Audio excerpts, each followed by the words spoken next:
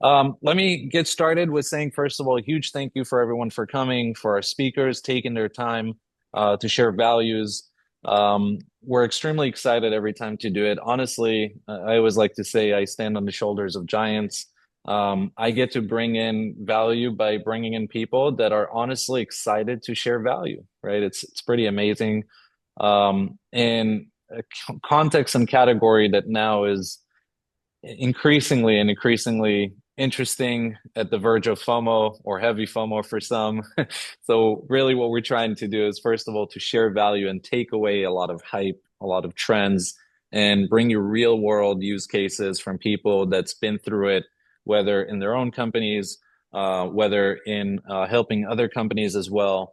And we try to bring it from different spectrums as well. This is what I love about the Applied AI series. Every single episode, we bring 2 to 3 speakers that talk about different scopes. We have anywhere from working with big corporates, SMBs, all the way to military and defense. Um, Today, we have a few things as far as communication as well and authenticity, which is extremely important and very, very interesting. And bottom line, it's all about sharing value. So do me a favor. If you're here, it's because you want the value. Do speak up, include questions in the chat. We'd love to hear from you. This is how we share value, right? That being said, the Applied AI series is our second series. The first one was really about implementing in new businesses, vibe coding and the likes, which is now exploding. But this series specifically is focused on application of AI into existing businesses. Now, with that said, Eamon, if you can take on the next page. With that said, it's extremely important to understand that AI right now is this huge bottleneck of demand where everybody wants some type of implementation. Most companies, most businesses don't really know how to attack it. And the problem that happens is, we call it the 80/20. 80% of what you're being offered is unfortunately hype, huge amounts of money will give you the world and you get subpar results at best.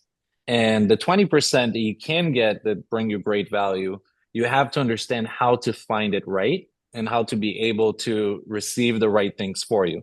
Now, when I say this, the critical part here in this series is there's no offers, there's no hype, no tools discussion. It's really about understanding real world use cases and then giving you tips on how to properly find out how to utilize AI into your business. As always, the framework that we discuss, and we have amazing speakers talking about it today, is discovery, reflection, understanding workflows and how to work AI in them, and then actually implementation at the very end. Keep in mind very quickly, my name is Gal. I'm the moderator. I'm COO of Remote Base, which is a staff augmentation company, and now obviously does AI implementation for companies utilizing discovery. And then also the CEO founder of Strive, which is a mentorship platform that's focused on direct feedback. Now, with that said, our speakers today are the pot of gold that we have as far as value. We have three. We have Lawrence Krubner. Lawrence comes to us with a huge amount of experience in AI, so much knowledge. On top of being the interim CTO, he's also actually leading monthly, right, Lawrence? That's correct. Perfect. Monthly convention in New York with some of the biggest leaders in AI and conversation about AI. So very similar to this, but in person. I would give you a warm recommendation to go and check out his convention if you are in New York or somewhere close. Always interesting. And honestly, huge pleasure to have him today secure some time and give some time for us. Thank you. Next slide, Eamon. And then we also have, sorry, next one. There you go. Sarina's Eve. Sarina, one of my most exciting conversations in the last couple of weeks, bringing us an extremely interesting angle with her company Proofmark, which is really focused on authenticity. I know I've discussed with her about the recent post from CEO of Instagram talking exactly about that, and then she attacks it from a very interesting angle we're going to hear about. And then Rob is the process guy. So Rob comes to us with I can't even say how many years of experience working with big companies, Deloitte and the rest, and then working on AI implementation and really kind of bringing us the prototype first approach that I personally absolutely love. You'll also find that we even have, some similarities between the company's offers, and that's what I love about this. There's so much to offer, and there's so much demand right now. But the focus right now is not who you should pick, what you should pick. It's about understanding value of how to implement AI into business. With that said, I'm so grateful for all three of you to making it happen. And let's get started. So we're going to start with Lawrence first. Lawrence, if you don't mind, give us a little bit of an intro first, and then we'd love to hear about you. We have a couple of bullet points from the story you shared with me. Go right ahead. And then please, for everyone, as always, we would absolutely love for you to engage. So any questions in the chat, feel free. If you want to raise your hand and I'll help moderate and help Lauren see it. We'd love to hear from you. And then speakers, Sarina, Robert, feel free to jump in if you'd like as well. Go ahead, Lawrence. Thank you so much for coming. Thank you so much for having me here. Ladies and gentlemen, I've been working in tech for, I guess, 25 years. I founded a company called Starchive.io way back in the early days, Wild West days, 2002, and I served as CTO there until 2010. Starchive.io is still going well. It's still serving managing large video collections for large companies such as National Geographic.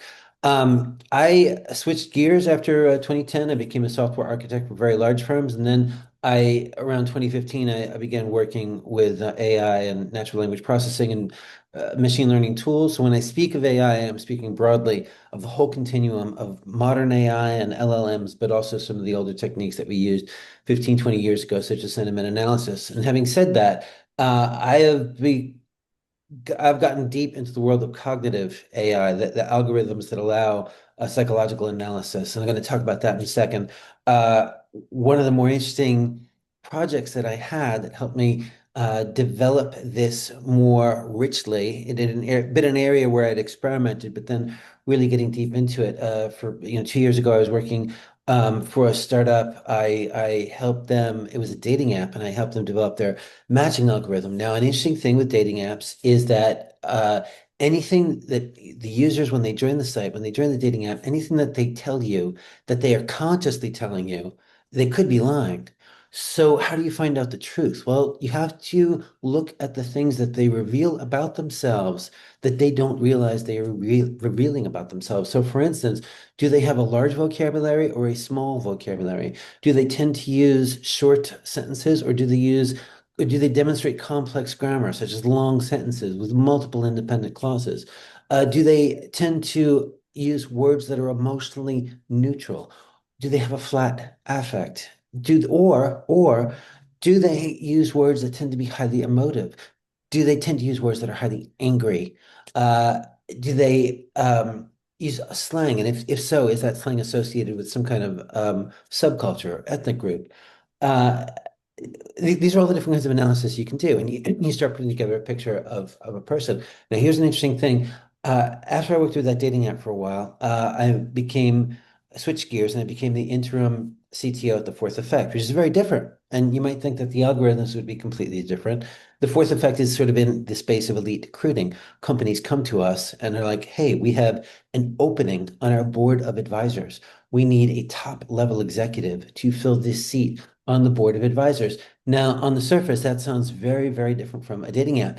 And yet, interestingly, some of the same issues come up in that the people who step forward and say, hey, I am a top level executive. I would like to serve on the board of advisors. They also might be lying about anything that they consciously tell us. So again, we are using some of the same techniques to try to figure out, is this person being fully transparent about their skills and about who they are? If they say, I am a Harvard graduate, but we do an analysis and we find that they only use very simple sentences and they demonstrate a limited vocabulary, well, I mean, that raises some questions, right? At a minimum, that demands further investigation. It raises some red flags. If it's a leadership position, which is going to require careful diplomacy, and yet we find that their words tend to be highly emotive, and also highly variable, so that they come across in their words as erratic. Well, that's also a worrisome sign. That is a red flag. It deserves further investigation.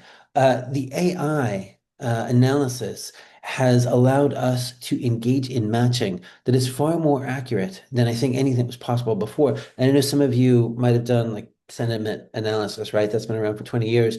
That was sort of a primitive tool that we used to be like, oh, well, how do people on Twitter feel about the stock market? It was already common 15 years ago. The level of detail that we can go into now with modern LLMs is far greater. We're talking orders of magnitude greater nuance that we can discover. And we can go beyond just sort of the raw filtering, like that I just covered, like very raw, simple filtering, raising red flags and looking for suspicious um, characteristics. What we can now do is something really interesting. We can begin to explore the possibility of generative leadership AI. We've all heard of generative AI. We can take some of the same algorithms that are being used in standard LLMs. We can in fact take the self-attention dot product technique, which is the foundation of all LLMs. It's in the paper Attention is All You Need, which I'm sure you all know this, but 8 engineers at Google published it back in 2017. It's the foundation upon which all modern LLMs are built. We can take the self-attention dot product technique that they explored there. We can apply that statistical technique to psychological profiles to engage in generative AI. And given a single leader, we can then predict what would be the ideal leadership team. Like what should be the rest of that leadership team? What skills should be on that leadership team? What personality attributes do you need one extrovert and two introverts, or do you need two introverts and one extrovert? Things like that suddenly become possible. A rich kind of analysis that's never been possible. Uh, and the key thing here is it actually reduces the failure rate of the startups that we help. Like we have measurable data showing that we are helping startups survive better. I guess I'll cut it short right there. And if you want to ask me any questions, I'll respond to those questions, but I think that's a good intro. Absolutely. First of all, I love it. And, when I first talked to Lawrence, just to give everyone a little bit of an understanding, and he started talking about a dating app that he worked with. And I'm like, wait a minute.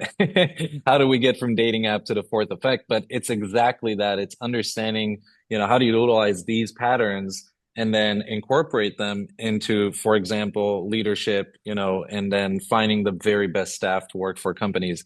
Now, Lawrence, if you don't mind, I'll be the first one. And please, everyone in the chat, raise your hands by all means. It's all about conversational. Um, Lawrence, so one of the main things that you do and one of the things that you've implemented in AI was basically, how to find the right leaders, how to find the right people, and then to make sure that, you're doing that human judgment in a repeatable process, right? So instead of saying, hey, let me, get everything and summarize it, you've actually looked at the workflow you've done towards discovering them and then implemented AI there. To translate it to a lot of, business owners, a lot of people that come to these meetings, right now they have a workflow, some sort of a flow they do, and then they're looking to see how do I implement AI into it, right? What was the process that you've done in the fourth effect to implement these type of AI structure, these type of, steps that are, now helping you say, hey, I'm going to get, better judgment, better results if I input it right here. Yeah, there's a few different ways that I can answer that. Let me just first go back to the concept of generative leadership AI. I want you to think about an LLM, right? You can go to ChatGPT right now, and maybe you want to write a letter. You've been working with a designer, and you got a rough idea. You want to send them a more detailed paragraph. You can basically write one sentence with your key idea and ask ChatGPT to turn it into a whole paragraph, right? So you type in one sentence and ChatGPT gives you back 5 sentences that flesh out the whole idea, which you could maybe send to your designer. Generative leadership AI is essentially doing that in the sense that we can now a company comes in, that's an early stage startup, they have just one founder. We can do a psychological profile of that leader and then, in a sense, estimate what the ideal team would be. That one leader is the first sentence. That's the sentence you would type into ChatGPT. And then ChatGPT would give you back 4 or 5 sentences. Well, we can give you back 4 or 5 suggestions for additional leaders who should be on that leadership team. Does that generative leadership AI is in a sense, the same as generative AI. We're just focusing it on generating ideal leadership patterns. And in doing so, we have been able to help startups survive longer. We all know the statistic that something like 90% to 95% of startups fail. We can increase the survival rate by using the new power of generative AI to communicate what sort of the ideal leadership team would be to maximize the success of that startup. In terms of what we do internally, I can talk more about the actual mechanics if you want me to get into that, but very briefly, I'll summarize that very briefly. We are looking for any kind of text typically that we can get from people. And it has to be text, again, hopefully text that they don't realize that they are writing for us. There are, of course, services out there such as the Swarm and I guess Crust Data, where if you sign up, they will grab data from LinkedIn. They have commercial relationships with LinkedIn that allow them to sidestep some of the anti-scraping tools that LinkedIn has in place. So essentially, if we can get someone's LinkedIn URL, and then we can use something like Crust Data to grab everything they've ever written on LinkedIn. And then suddenly we have thousands of comments that they wrote. And suddenly we have this text that we can do. We have suddenly a vast corpus. Maybe someone's been writing for 5 years on LinkedIn. We have this vast corpus of comments that they've left on LinkedIn, and we can do a fairly detailed psychological profile of that person, looking at everything they've ever written to LinkedIn. There's some other places where we can get text, but back when I was working at the dating app, we had the internal text that the people were writing in the messages where we could do psychological analysis on the text they wrote there. I can go further into the mechanics, but I'll leave it at that for now. The goal is to find some body of text that we can do some analysis. And typically that, depending on the situation, that can take a little bit of brainstorming to figure out where we're going to get that initial data, but usually there's a way to get it. Okay. Beautiful. Keith, go ahead. I see you raise Yeah, your hand. so there's a bunch of things. I mean, it's my nature to try and, figure out what's really going on under the hood because I'm a CTO type. But there's several things about what you said that I want to just poke at a little bit. One is Please. if you're going out there and I can understand if you're going out there and trying to grab content from somebody with that isn't specially for you, what you're going to find increasingly, because you just said you go to LinkedIn, almost everything that's posted on LinkedIn has been run through a generative model. It's almost 100% not human, completely humanly authored. It starts from, and by the way, if you give ChatGPT one sentence and expect them to do something rational, that doesn't work. You've got to give them a paragraph to get a different paragraph back. But putting that aside, I mean, you're essentially getting yourself into I think, going to find yourself in a bit of a closed loop because you are gathering preconditioned content and trying to analyze it for what's behind it. And that gets really hard to do. So I expect that if you continue doing along the path you're going on, you're going to get diminishing returns. If you're not actually going out and acquiring, I'll call it content from this person that is from this person and maybe not for publication, which puts it through a weird filter, you're not going to see the underlying structure of the person. Right. You I'll know, stop it's there funny because It's a great concern. It's a great concern, but just to point out, we can average the results, right? So if this person writes something using ChatGPT and this person, we average it out. It's basically all ChatGPT, so it doesn't send the signal. So we just discard it. We essentially normalize everything. So everything that's being written by ChatGPT, essentially, it's simply not sending any kind of strong signal. So it just gets averaged out in the end. We're only looking for things that deviate from the norm enough that it actually sends a signal. That would be my main answer. There are limits to that strategy where we just trying to average everything out.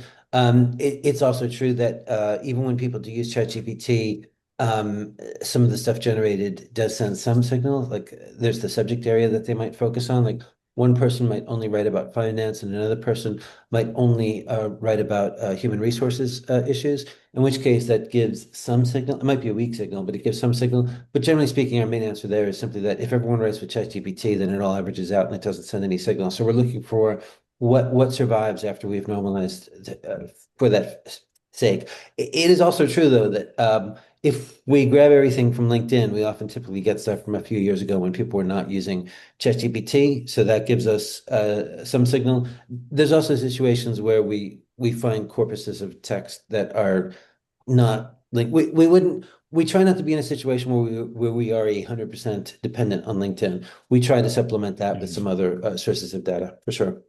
Yeah, and Lawrence, we had a conversation about that too, where, we said it almost reminds me of the saying for any genius on the good side, you're gonna have a genius criminal as well. And it's back and forth trying to That's find the true. solutions. And That's now, true. obviously we have so much more of Gen AI in every single place. So first of all, Lawrence told me that too, that they're looking at past posts, which thankfully still people have everything and anything, online, and you can find footprints for a very long time. But, we've also discussed, which was a point that you made to me, Lawrence, that was, very, very strong, was that it's also about reading where we usually don't use Gen AI, at least yet. For example, like, LinkedIn comments, right? In LinkedIn comments, a lot of times people react differently when they comment to someone that's, superior or so different for something that's more work related in their category and such. And then the other part, which to me was extremely interesting, was the fact that when you use Gen AI, and this is something I've noticed, I've been on top 3% chat GPTers of 2025 based on my end of year assessment. And chat GPT would answer based on whatever you put to chat GPT, almost like the famous sentence from LinkedIn, garbage in, garbage out, right? And the idea is that if you're focusing specifically on some categories, the Gen AI is going to focus on those same categories as well. So even though, and I agree with Lawrence, it's not as strong of a signal, and I'm sure they're working on finding new signals because, I mean, that's the name of the game today, which is Sarina's conversation to authenticity, right? But, with that said, the conversation is, first of all, how do we manage to understand these signals in a way that we can interpret them to be the strongest possible signal rather than, this is the 100% certainty. And by the way, this is what I love about these webinars. CTOs, we have plenty of, including myself, in different perspectives from COOs. So love the question, by the way. Lawrence, I want to jump forward to Sarina, and then again, feel free to jump in and add more use cases as well. I want to respect everybody's time. But Keith, thank you for the question. Um, Sure. so, Sarina, you bring us the authenticity game. I know you're co-founder, CEO of Proofmark. If you want to give us a quick intro of what it's about, but obviously, as always, we focus on use cases. I understood you've already helped multiple industries, if you will, of understanding it, but what's the perspective? I would love for you to speak about it here. Absolutely. Actually, I came planning to speak on Signal, so that was a great launch from Lawrence. I actually have 20 years of experience myself. I have been behind the scenes more as a CPO or director of product, technical product manager for family offices. In that capacity, I've launched social networks. Yom is currently still in flight. It's a social network for Jewish women, backed by a few family offices. I've worked with the Rockefeller, John Catsimatidis, really incredible offices to do fintech platforms and gamifying fundraising, crypto, etc. And my oldest child happens to be an engineering student at the University of Miami. So I kind of come at this from the lens of a millennial who grew up with a computer, at age 10 and like seeing where things are transparent today. I've been behind the scenes because I always understood, especially with natural language processing and then what I learned in my graduate work, that everything is fair game when it comes to building these models, as Lawrence was speaking to. So with that said, I'm in the public now because I'm the CEO of a company. That actually came out of a talk in 2023 that I gave at a university. They asked me to speak on what does the future economy look like post AI scaling. And what I did was I just gathered data from existing markets that had synthetic scale. So that includes the material fabric market. When polyester came into play in fast fashion, which we're seeing now with vibe coding, fast tech, if you will, that really took up more market share. 60 to 70% of the market share goes to polyester, but cotton, leather, and silk became more valuable. The same thing happened with media. I've lived through the advent of VHS, DVD, streaming. I had to mail Netflix, as all of us did. Back in the day, you needed to find a post office in order to get your next film. And now Broadway is still commanding like a very high market share for a performance that is not redundant, cannot scale, and it's not repeatable essentially. So that's what I spoke on at that event. It actually sold out, and it was just encouraging thought leadership around the yin yang of AI and what the advent of AI really means. So not to say that synthetic isn't valuable. It's going to be the majority of the market, but authentic is also an essential piece as well, and a valuable one. So that was sort of the thesis, if you will. And then a few weeks after that, I received an image from my mom, and she was like, "Isn't this great?" And it was clearly through my millennial eyes, I was like, "This is AI. Can't she see that?" And so I have friends in the industry, thankfully, at DeepMind and at Anthropic, and they are now our advisors. And I was like, "What are you guys doing to combat the moment when everyone's talking about AGI, but what about the moment when someone can't believe what they see or discern what is real and what isn't real?" And they were like, "Honestly, we don't really care about that. We're scaling as fast as quickly as we can in RAG and generative images, video. So it's a gap in the market. It's a trust gap. That's what I'm really understanding. In the beginning, our IP really went after authenticating media. So that includes images, audio, video, documents. And it was a gap in USPTO as well. Like, you can authenticate your email or your phone number, but there's no authentication flow or IP around media itself. So I went after that aggressively and started building the tech, and realized I needed, even though I have a technical background, not like the prowess here on this call, recruited some excellent technical leadership. So we have a CTO that actually studied at the Korean equivalent of MIT, and some of his IP landed in DARPA. John Relling, he worked at reputation.com, to your point, Lawrence. So he has IP going back to the 90s in this space of natural language processing and AI in general. And also the founder of Standard Cognition, which they're doing cashierless checkout, but it's really image processing. He threw his weight in, his technical weight in. So we have a functioning model that is able to ascertain, the story behind media, if you will. What I've learned in the last 3 months alone is that this is a far more complex unfolding story than I initially thought of it as being. I understood, like, digital assets, if they're authentic and they're fingerprinted, they can be traded. They could be like I was thinking, like, the highlight reels of an NBA game, something along those lines. And we see the power dynamic of this happening right now with Netflix and Warner Brothers. Like, there is an aggressive business attitude towards owning real media, because you'll ultimately be able to generate from that point forward. So, but instead, where we've landed is like law firms telling us, top 3 law firms working with us, that they are having $25 million cases and they can't discern evidence. I mean, just alarming things that prevent me from sleeping at night, realizing that because of this gap of going after synthetic generation so aggressively, there really is a gap for enterprises as well as the general consumer. And we're seeing that play out every single day, honestly, in the news, whether it's what's going on, the litigation against Elon Musk and whatnot. But what I thought to talk about today was actually the signal piece, because when I was working with Rockefeller, I had the privilege of working with a woman who she interrogated terrorists in Iraq. And she always told me that you end a call by saying, tell me something that I haven't asked you, but I should have asked you. Or what is something that I don't know, but I should know? And voluntarily, terrorists would give information. Like, when prompted, they would relay signals for her to go after and for her team to go after.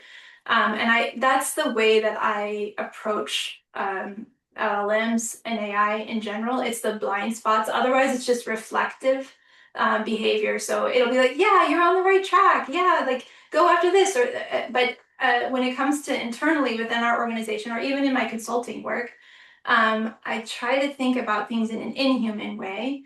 So anything that requires a lot of data, that is impossible for me as a human to process or analyze. So one example is the social network that I continue to look over as a technical leader. They are trying to understand impact. That's just like a very it's heavy and it's fuzzy. What does that even mean? But you can have a listening tool that every conversation, every piece of email that comes in, whether it's like a someone experiencing something related to this nonprofit or having their lives impacted in a positive way. They now have this listening agent that I helped the team build that is constantly and continuously listening for that type of impact metric.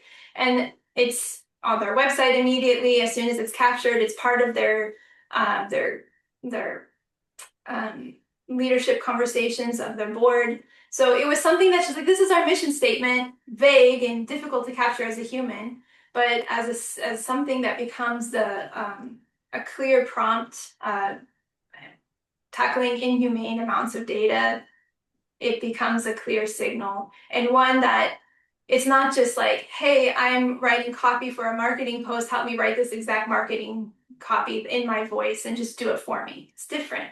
It's approaching AI in a way where you're saying, you are non-human, so help me with my human work, and what are my blind spots? And I think that is also improving our work within Proofmark, because when it comes to the points made here around bad actors, yeah, that is definitely playing out in real time in the media space, especially in the news. I have access to a powerful tool, so whenever a story breaks, I can hit media on both sides, and it's very alarming to understand that there are watermarks from non-government actors, non-big tech actors. They are subverting our media, and it also makes sense because when you obfuscate like signals, that's what we were talking about, like then the truth becomes unknowable. But then again, you think about AI in terms of you are inhuman, so help me tackle this unknowable situation. So that's sort of my background as a technical product manager, leader, and also the founder of Proofmark, which we've just signed our first clients in the last 3 months. And it's very exciting that the only other player I know in the space is in China. So that tells you, like, this is the fallout, if you will. Like right now, when you go on LinkedIn and you see, oh my gosh, like someone generated a piece of media that has Bill Gates and Elon Musk in it, and it's like I'm seeing receipts from the IRS that that were generated, and also it's no longer binary. It's not like this is authentic and this is synthetic. We understood that there would be AI augmented media or media with synthetic elements, and we trained our model in order to tackle that type of problem, and to be always looking at the pixel level. So I think it's just interesting where we find ourselves, and the conversation where we are now. We're operating 6 months from now when essentially, someone shows up with a marriage license to get married. How do you know that that wasn't just generated?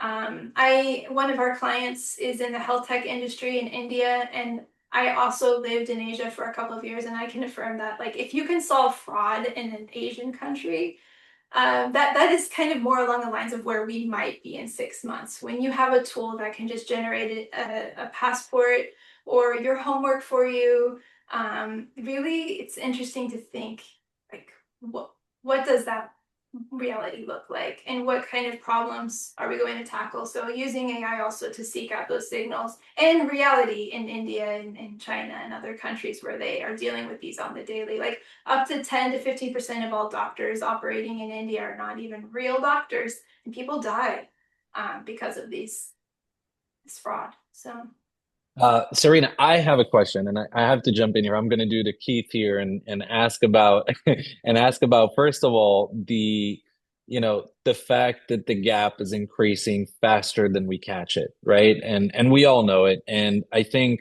you've mentioned something that's critical. I think everybody knows it, but it's important because you actually have, the ins with Anthropic and the likes. And the bottom line is we don't care. We're going to increase and adopt as fast as possible, right? We've seen it with Google as well. They create different elements, completely free to try and push for people to start trusting AI more and more, right? To start utilizing more to say, okay, I can use this. And then at the same time, we see, different categories like, as we talked last series, vibe coding, where it's now anyone and everyone can go prompt with a few sentences and create something that simple. Same goes with videos, right? And we've seen it now all over. And, everybody call me crazy because I've been CEO and COO at the same time, but I'm not crazy enough to go political. So I'm going to stray away from politics.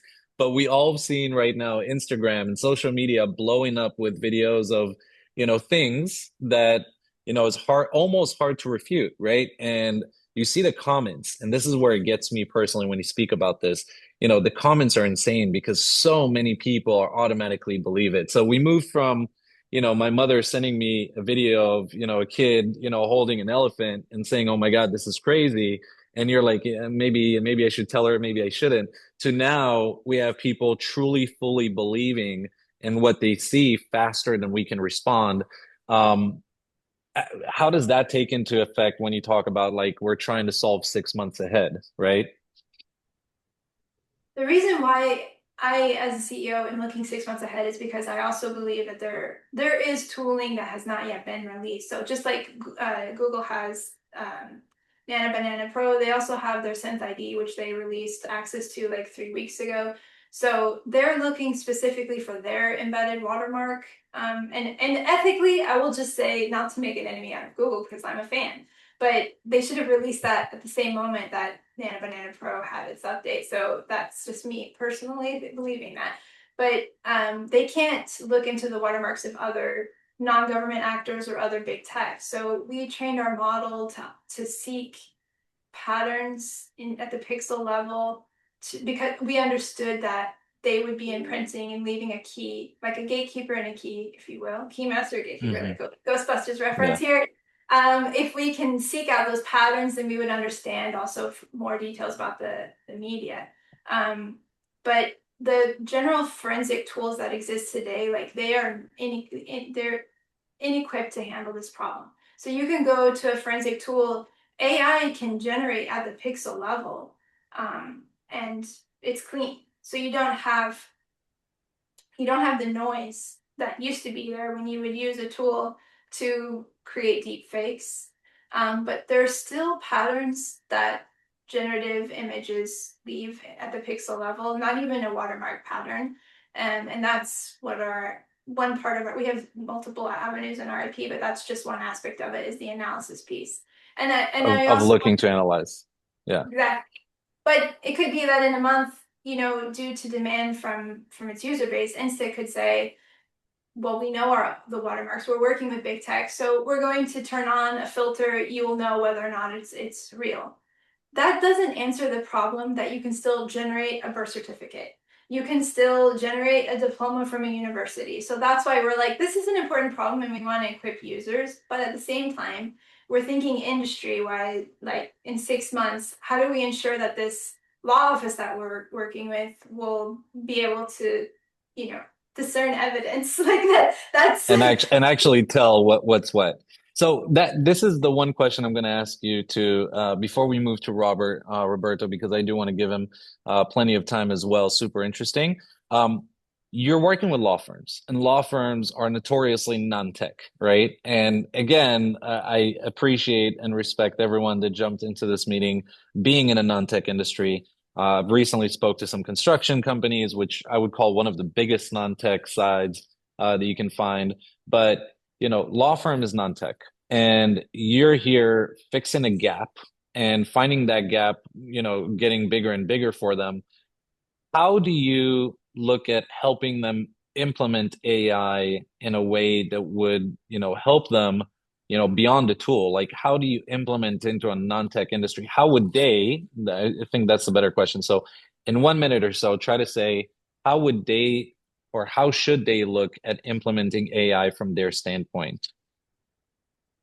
Well, I mean, the easiest sign is whether or not someone's transacting over a piece of media. So if there is tangible value to that asset, then you'd want to protect it. You'd want to have it authenticated. You'd want to have it as part of your flow. That could be anything from, you know, a deed for a home, which is an asset, but you spend $2,000 or whatnot when you're closing on title, to, you know, a picture that you're purchasing to use like in a marketing campaign or something like that. So either way, you want to insert yourself in that flow. Okay, beautiful. Can I just Roberto, so ask a question? It's so go you ahead. talk about you're talking about how do you implement AI? So Sarina is going in and helping the law firm to implement AI. It sounds like you're all providing a tool that a law firm might use. So they don't have to implement anything, they have to use your tool. And some things like birth certificates, you can check. I mean, I don't think law firms have a problem with that. But you know, if someone's presenting to a divorce attorney a picture of your wife cheating and it's completely synthetic, it's a problem, obviously, and you can help with that. So I get that. The one thing I'd put in there is you're looking for detailed signatures of how a particular model generates images. And there's two problems with that. One is that changes. And the other is, I think you're going to find, and this goes back to something I was saying a little earlier, every image is going, in the old days, you take an image and put it in Photoshop and adjust it. And that wouldn't be falsifying it. You're just adjusting it. You're cleaning it up. You're making it nicer. Now you pass it through a model. Guess what? It now inherits that model's decision parameters in the way the pixels are structured. Yes, So we actually do look at whether or not a piece of media has been entering different tools or even just pass between, you know, like I sent it on WhatsApp and then I downloaded from WhatsApp. So there is a narrative and a fingerprint, if you will, to all media. That's why it should be a solvable problem. We kind of mix two things. Birth certificates are not for law firms. That's like a use case, like a school wants to validate that someone really is who they say they are. They should have an easy way to do that. It should be in a ledger or a blockchain, and it should be authenticated, your birth certificate. Now, when we're talking about evidence, that's completely different. That's just the analysis side. So we analyze, but we also authenticate, and they're different. But how do you empower a general user who doesn't have access to government tooling to know that that evidence, you know, of an affair, like how do you know that that's real? That's a lower stake than a law firm. But yeah, understand your point. Absolutely. Yeah, and we had that same issue, by the way, with a recent company that we've helped, and we did, this is basic staff augmentation, and they wanted to make sure because they work with government bodies, that these people have exactly these specifications, and they want to verify everything they receive. So not everyone, I would say, not the general user, doesn't always have that access that sometimes you can find. I think at the end of the day. And again, this is the way we love to look at this as an outlook is not tools, but how to understand within your workflows, what is it that you need and now how to fix those gaps, whether it's something that you implement within or another process that you add to the workflow. Beautiful, Sarina. Super interesting, by the way. I absolutely love this. And I wish you a huge good luck because honestly, I think the gap is going to increase and increase and multiply. And I'm sure you're going to attack it. You're brilliant. But yeah, it's going to be very interesting to see the journey. That said, Roberto, you've been on a very, very long journey on multiple companies. So I think, if you don't mind me saying it, the spectrum here is shifting from, hey, authenticity and trust into before, we even look at how to implement it. We're talking giant corporates. We're talking long cycles. How do you look at AI? What was your journey like? And first of all, thanks for having me. Great to be here. High level discussion, like deep dive. Appreciate that. And then to answer your question, I would say what is my main reason to love AI? Because to me, AI was not hype, the passion started out as a frustration, because I've been working on several different companies, like large corporations, uh, South America, Latin America in general, and United States and Europe. I've been seeing like several different things. I have seen like tools, automation, data, but they are still struggling with the same decisions, inefficiencies, and blind spots. And that was like, okay, AI now comes in to actually bring a solution for those problems. But I would say not the AI itself. The way there is a specific way to implement AI that shines on those problems, I would say. And that, so if you think about it, my focus today is not about like AI as a tool, but AI as a part of a system where we have people, process, and technology. And that's where we see the foundation of the large companies, such as Deloitte, that I've been working for more than 5 years.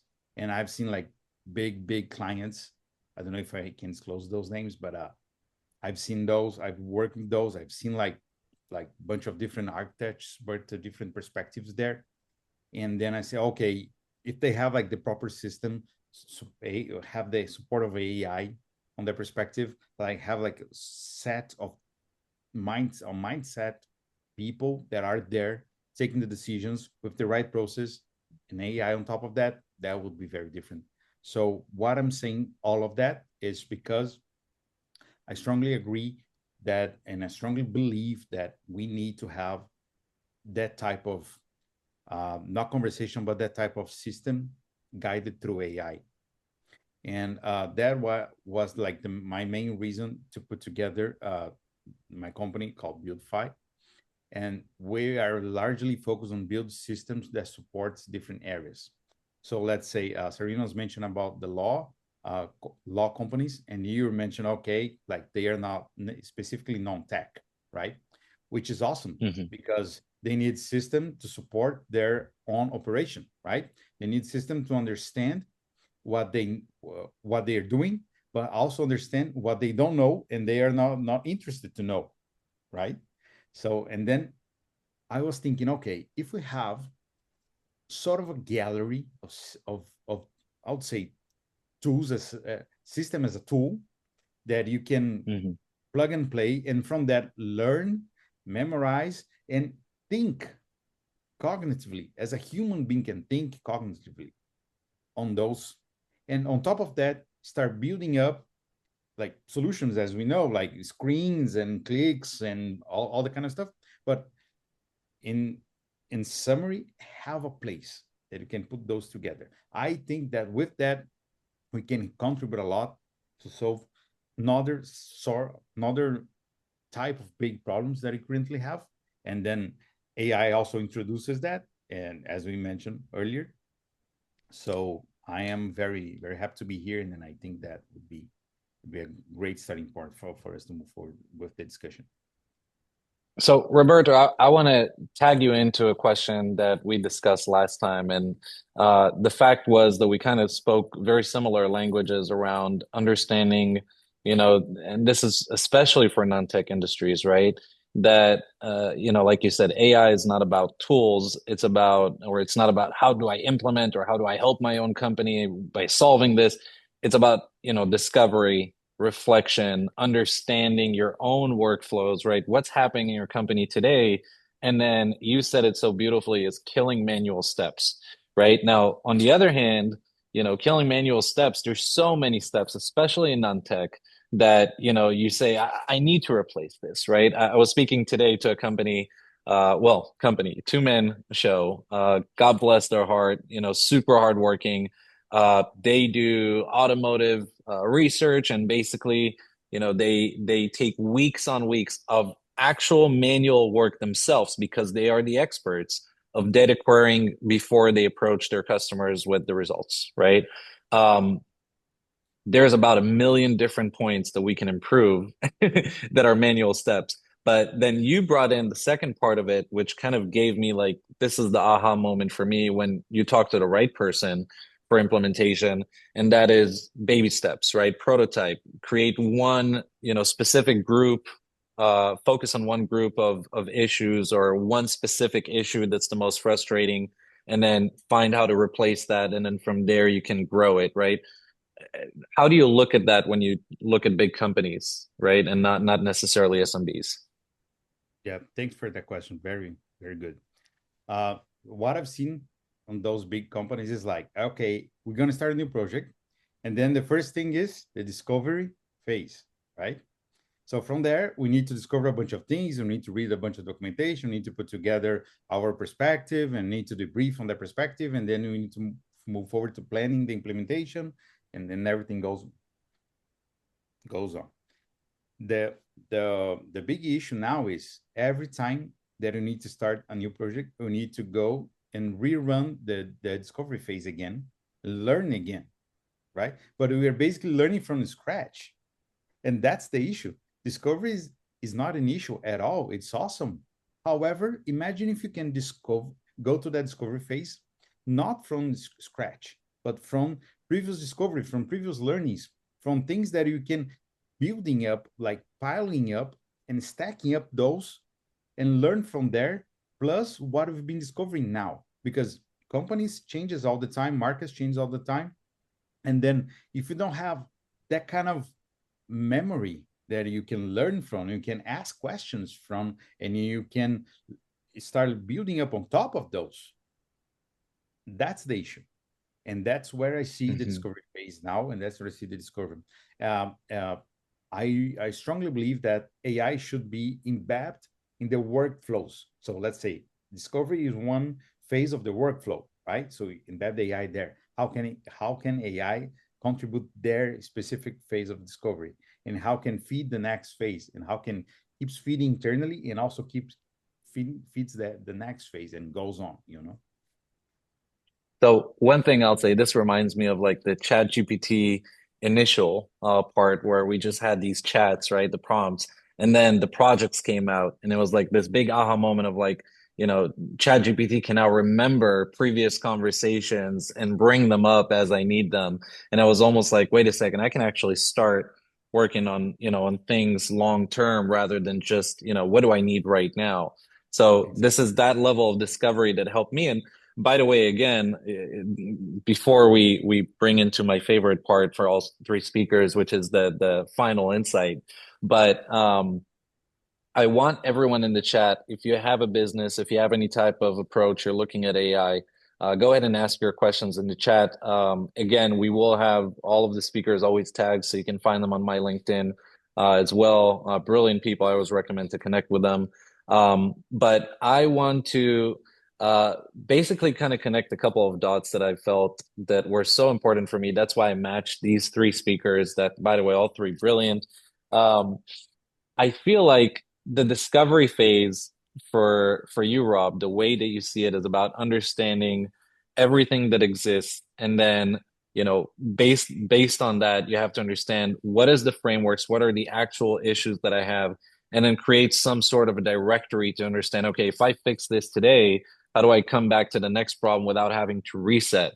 Now, for fixing the problem, there's two things that we generally need for AI in order to do. Number one, like Lauren said, is signal, right? Is understanding what is the most important signal that I need, in my own company. For example, Sarina said with law firms, they need authenticity. They need to know exactly how certified this is as far as authenticity. Lauren said in dating apps, right? Or the fourth effect, for example, it's about reading what people don't say, right? So as a company, as a business, you try to understand, first of all, where are your bottlenecks? What are the manual steps? What are the repetitive steps that we can improve? Then you think, how can I build based on my most important signal, right? And then lastly, brilliantly said, Sarina, was the trust force. And this is both on, utilizing the AI, which I know almost every person here probably knows the saying human in the loop. right? Which is basically saying, okay, we don't trust AI when we just start with it, right? We need to adopt it. And for that, we have to build trust, and that takes time, right? So you build some sort of, solutions, sub-solutions, and then you keep humans there to build. And like Lawrence told me in my last call with him, it also prevents, political AI, right? Which is now, saying, do I need to fire this guy because he's no longer needed? Well, no, we're just trying to make him work faster, right? So, if you will, we're looking at three different topics that come together really well. It's, discovery first, understand your own workflows, understand the signals that you're looking for, the company that you work with is looking for, and then eventually, how do you build trust into these systems, so people can say, I'm willing to use this, I love using this, and then eventually I am using this, right? So, for me, this was the summary. I'm listening to all three of you, and it connects all the dots for me because I've had so many companies, and this is, on our side, that say, I have no idea what AI can do for me, but I know it can, right? And this is the fun part is like, okay, well, where do we start? And I feel like those three things that were laid out today, discovery first, then finding your own signals, and then building trust into the implementation you're doing by doing baby steps and creating the right format for it is where businesses is really getting the value of saying, I'm allowing AI to enter into my business, but it's based on my business and I'm doing it in a way that I can, build trust. Right. So, I would say one last insight from every single one of you, if you don't mind, in the order that we started. So, Lawrence, if you had one thing to tell the audience today, especially on the business owners and decision makers and businesses, if they want to implement AI into business, what's your one insight you would want to leave them with? Yeah, can you hear me okay? Yep, Uh, perfect. Rather than repeat what I've already said, I just want to add one additional thing to keep in mind. If you're Chat GPT or you're Anthropic, you might be trying to get all the information in the world, but most of the entrepreneurs I work with are trying to do something specialized. They're trying to work on healthcare or they're trying to work on finance. For those specialized cases, it's going to take you a little bit of time to figure out how all of your data fits together, and that's okay. Don't panic. That's my number one. I think a lot of entrepreneurs panic when they realize how complex the data might be and how we tend to think AI is going to make everything easy, but in fact, there's still some steps that are not 100% easy. Don't panic. Just take your time. You will get used to the structure of the data that is unique for your particular use case, and it will start to make sense over time. And the way you work with it and the way you integrate it with AI will become easier and easier over time. That's my final insight. I love that message. And first of all, as a general, don't panic, especially in the business world of looking to implement something this new. But yes, discovery is, sometimes can be excruciating. The more you try and discover, the more you find out that there's more, right? So don't panic. Love that and great, great insight. Sarina, one last thing you want to keep with the audience, very quickly. Yeah, sure. I mean, as a TPM, I would say don't think of AI as being like a human. And so seek out the blind spots, in your flow as an organization. But obviously we're doing that internally within Proofmark, looking at the mark in the is just one thing out of many touch points that we do, but as above, so below, as outside, external, so internally within your team, try to treat it not as a human. And as with Proofmark, I would say, don't let trust fall by the wayside because these systems, they have to have that built into their flows, and otherwise there will be fallouts long term, I think. The fallout dynamic. I would say I actually took a personal note and wrote this here to write with my GPT, and that is the question you asked earlier. I would definitely recommend for everyone, which is what are the blind spots? You're non-human, I am. What are the blind spots that I'm not seeing? It's a very, very cool way to reflect. I utilized in the past, I said one sentence, it was like, reflect on everything that you've told me regarding my data, but asking what are my blind spots, definitely took notes there personally. Roberto, one last insight to leave with the audience. Go ahead. Awesome. If I have to leave one idea, would be this: people first, process second, AI last, always. When the order is inverted, AI doesn't create clarity, it amplifies chaos. And we don't need more chaos, right? We need better decisions. I really think that AI shines when decision making is clear, ownership is defined, and tools are used at the right time for the right people. So if you remember that on your day-to-day work and duties, you succeed with AI for sure, regardless of the next tool, model, trend, whatever comes in. I think like the AI maturity, it's not about how advanced the models are. It's about clear and make sure that you have a clean and observable process in place. Thanks for having me. Beautifully said. Yeah, thank you. Beautifully said. I'd say people first, process second, AI last. 100%. Absolutely love that. I want to thank the audience. I'm ex-military, so usually I try to keep right on time and always commit to it. But we did take a 5 minute extra. I appreciate everyone for staying in. I also want to give a huge gratitude for our three speakers today. Absolutely brilliant conversations, extremely interesting. Please, if any of you want to reach out to any of them, feel free, first of all, to find them on LinkedIn. If you can't find them yourself, you can find them through my profile. I just posted about them. And if anybody have any questions regarding AI implementation, regarding this webinar, regarding any type of questions that was brought up today, please feel free to reach out. I promise to answer every single person. And then for network purposes, I've always had, including the last episode, I've had people ask about different speakers and how to connect with them. Feel free to reach out. I'd be more than happy to give you intros, and they would love to answer your questions. With that being said, I want to thank you again for a wonderful second episode of Applied AI. Sarina, Lawrence, Roberto, thank you so much for your insights. All the audience, thank you again, and we will see you next week. If you're looking to join the next week's episode, please reach out to me and I'll send you the next link. Thank you again, everyone, and have a wonderful night.